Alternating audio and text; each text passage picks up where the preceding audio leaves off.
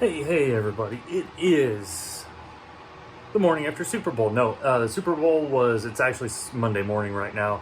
But since I watched the Super Bowl, congratulations to the Chiefs, by the way, I didn't have the ability to get all my stuff done. So I ended up, it's about 1:30 in the morning right now. And I decided, I'm like, let me go out and check out the grow house. Now, this is the last time that I'm going to show the grow house because I've been keeping it at 80 degrees. Anybody that's followed my channel, I keep it at 80 degrees because I have citrus in here. However, you wonder how do all the citrus trees know? Because I have clementine and lemons in here. How do the trees know when it's time to flower again? And the way they know is the best way. There's a few ways, but the most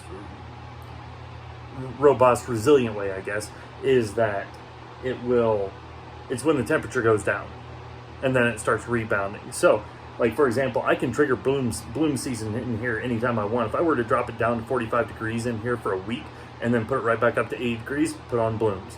And then I could do it, a month later, do it again, and I could just get it to bloom over and over and over again. I don't do that because I want the trees to get bigger, and if they're constantly trying to put on blooms and put on fruit, all the energy is in making the fruit. So it doesn't want to get it bigger. Now, I had a power outage right before I'm in Georgia, right before I went to Iowa in December. And it got down really cold in here. I thought I was going to lose a couple of my clementine trees, but they survived, and they're coming back looking really nice. But in fact, now that I'm looking at it, one of my trees in here is putting on blooms right now. I have no idea why, because it's been over 80 degrees and over for I don't know how long. Nope, we lost power. We lost power 2 weeks ago, and I got cool in here again, so it's probably going to start blooming again. Something I'm going to have to do something about next year if I do this again. But anyway, let's go ahead, and I'm going to go around and kind of show you what we have going on here.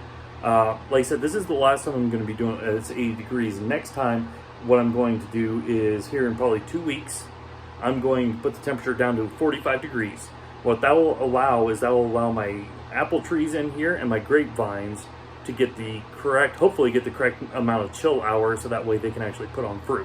So let me go ahead and flip the camera around here, and I'll show you these two up there, those two things that you see on the wall. That's actually the temperature outlets for my heaters. I can actually set them to what I want them to be, and once it gets down once it gets down to 79 degrees, it stops. All right, it kicks on. And then after it kicks on, then just in case that was backwards. So at 79 degrees, it kicks on. And you can see this one's 79.3 degrees. And that is actually on for the heating. These are specially designed for this. So you can see 178.2, 179.5.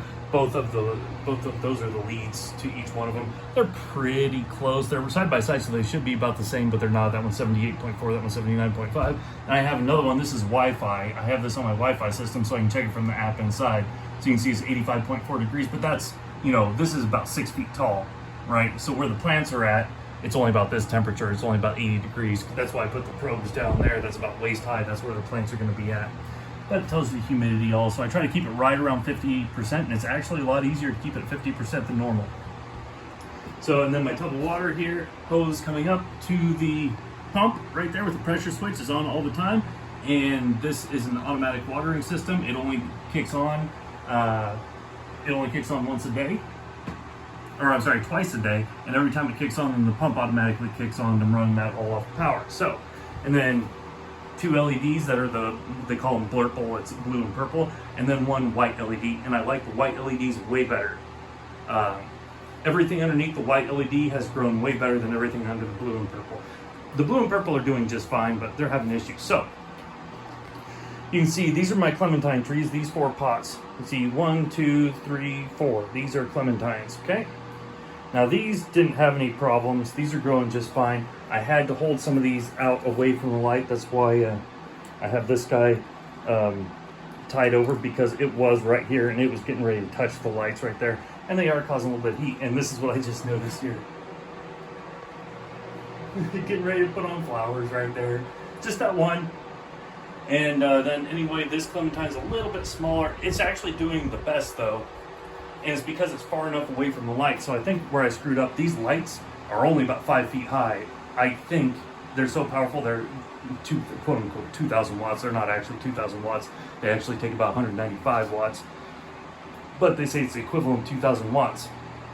So they actually need to be, in fact, this one too, they need to be up 10 feet high, or at least 8 feet high. This 5 feet high is not near tall enough. So I'm going to have to put them in a different building or something for next year. So anyway, that's these two right here. Let's go around actually and show you the other two in the back. These are the two that I almost lost. I thought I was going to lose. And you see it just got done blooming. You see the remnants of all the flowers here. And these leaves are all kind of small. It needs to go outside here pretty quick, but we're still a little bit too cold. And then you see all the dead leaves in that one. However, all of these, I thought this was going to die. So obviously we have this dead branch here. In fact, that's a huge chunk of the tree that's gone. Half the tree died, but at least the other half is looking really nice here. So it'll survive just fine. And then I am tree sitting for a family friend. You have, this is one Meyer lemon. And as you can see, now the problem with these is we're root bound really bad. So it's hard to keep them with enough water all the time. And I need to take it out of there, but the problem is I'm trying to graft a new one so that way in case this actually gets really screwed up, then we have a fallback one. But you can see like this is solid roots down in there. And then this is another Meyer lemon tree. Now this other Meyer lemon tree, it was only about down right here in the middle of where my frame's at right now. So you can see it's actually grown quite a bit this year. It's gotten a lot of good size on it. This one's root bound too, but they had trimmed it down beforehand, so it wasn't too, it's not doing too bad. Like it doesn't have near as much above ground, so it doesn't have as much to sustain. And then we have this tree right here. Let me see if I can get back a little bit further. This tree right here, you can see it's grafted. By the way, anytime you guys see this thicker bottom piece and then a skinnier piece, and then you have this node right here, that's means it's a grafted tree. So anyway, what this one is, this is my Honeycrisp tree, and this goes really close to my lights, as you can see here. But yeah, this thing is just doing great. All the leaves look really nice and healthy. It's been growing all winter long. It's grown, what has it grown here? About 1.5 feet or so this winter, which is nice because normally it's just, the storming. And then we have a red seedless grape here. This is one red seedless grape, and it comes up here, and it comes over in here, and then it comes up here, and then it comes over here, and then just stretches out to nothingness.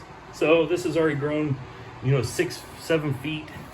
And I didn't get these until just, a month and a half ago. So these grape trees just grow like it's nobody's business. And this is another one. This one was under the shadow of this one back here for a while, because this one started growing first, and it came up and immediately came over and blocked the light for this guy.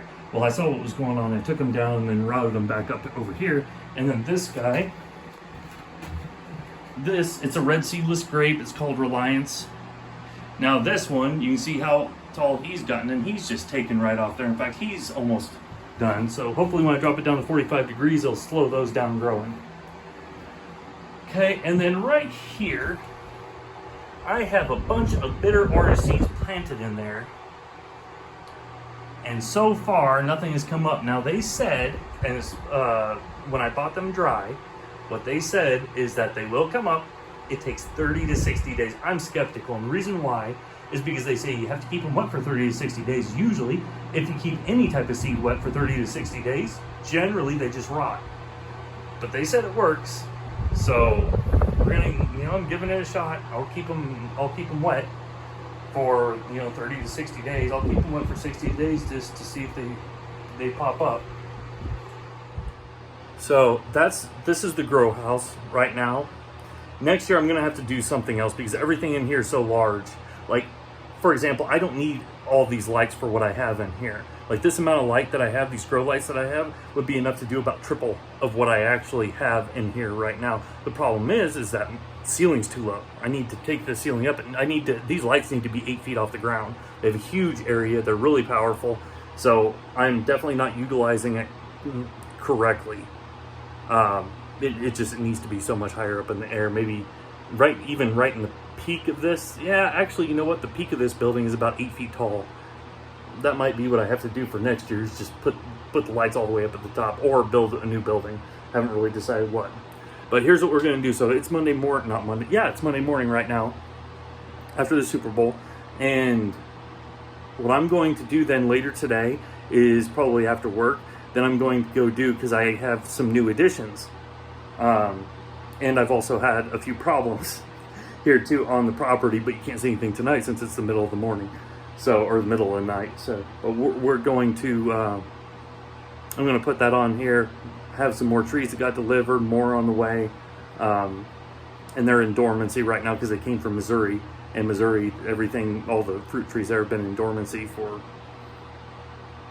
since November at least, or probably October. Well, Missouri, yeah. Anyway, that, and we've had some problems with trees coming down. And also a surprise. My surprise that I have coming in this week is a way to remove big stumps out of your yard without digging them up, without burning them out, and to get them all the way out, all the roots, everything else, without having heavy machinery. And don't know if it's going to work. I saw a lot of videos on YouTube that said it will, but don't believe everything you hear on the internet. So, one thing I did forget, hang on. I forgot this guy right here. I'm so sorry. This is my Granny Smith. You can see that's the Honeycrisp right back there. It looks beautiful. This far away, the other way is too close. That way, look at how pretty that thing is. Just so gorgeous. That's going to be a really good one.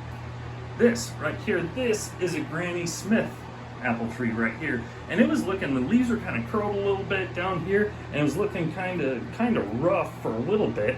And I don't know if I let it dry out too much or what, but then after I started giving it more water, things just come alive. It's got these nice tall, like it was only, I ended up breaking it right here, because it was up to here when I got it new, and I broke it off down to here, and you can see, so from right there, all the way up here, and now it's branched off one, this guy right here, 2, 3, all the way up in here, and it's grown, I mean, what is that? That's at least 1.5 feet, maybe even 2 feet.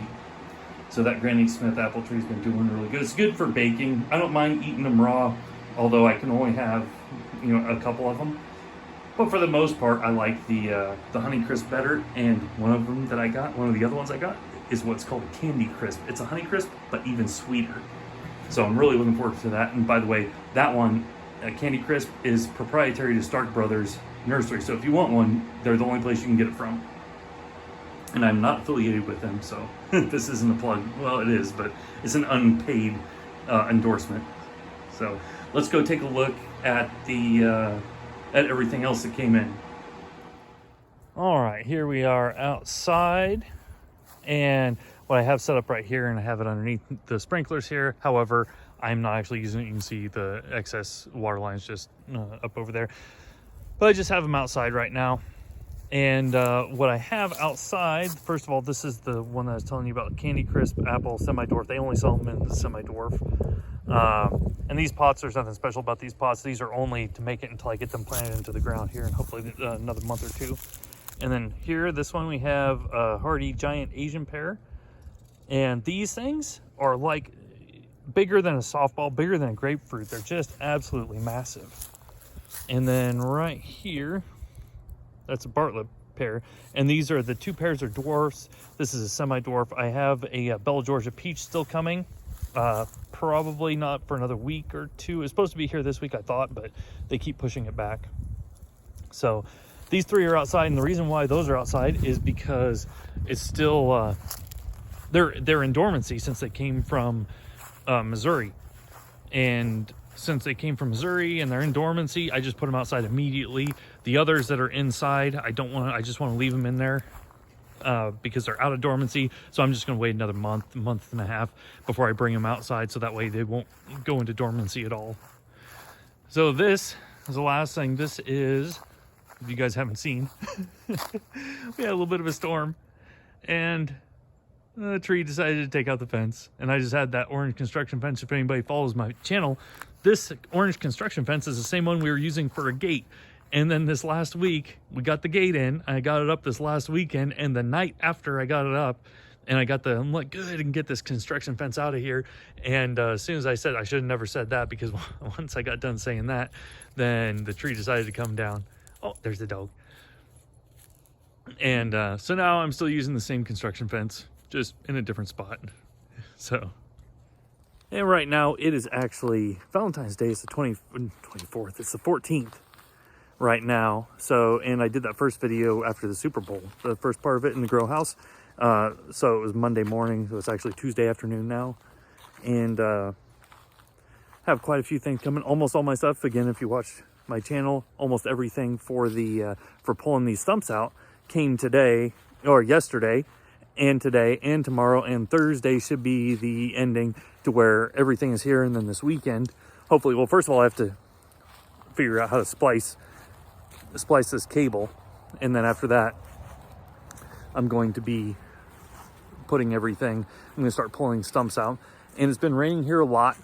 So that's why that tree is still laying over there, because the ground's so soft that if I were to take and drive over here with the tractor or with the car and the trailer, I'd end up just tearing the heck out of this. And I've already spent too much time in this lawn to go and put a bunch of ruts in it. So we're going to leave the video off there, though. Hope everybody's having a good week, and we will see you. I'll probably post a couple more videos, 3 or 4 this week. And then this weekend, I'm going to start doing a lot for stumps. This is the only one that has me a little worried because it's so large. The other ones aren't too big.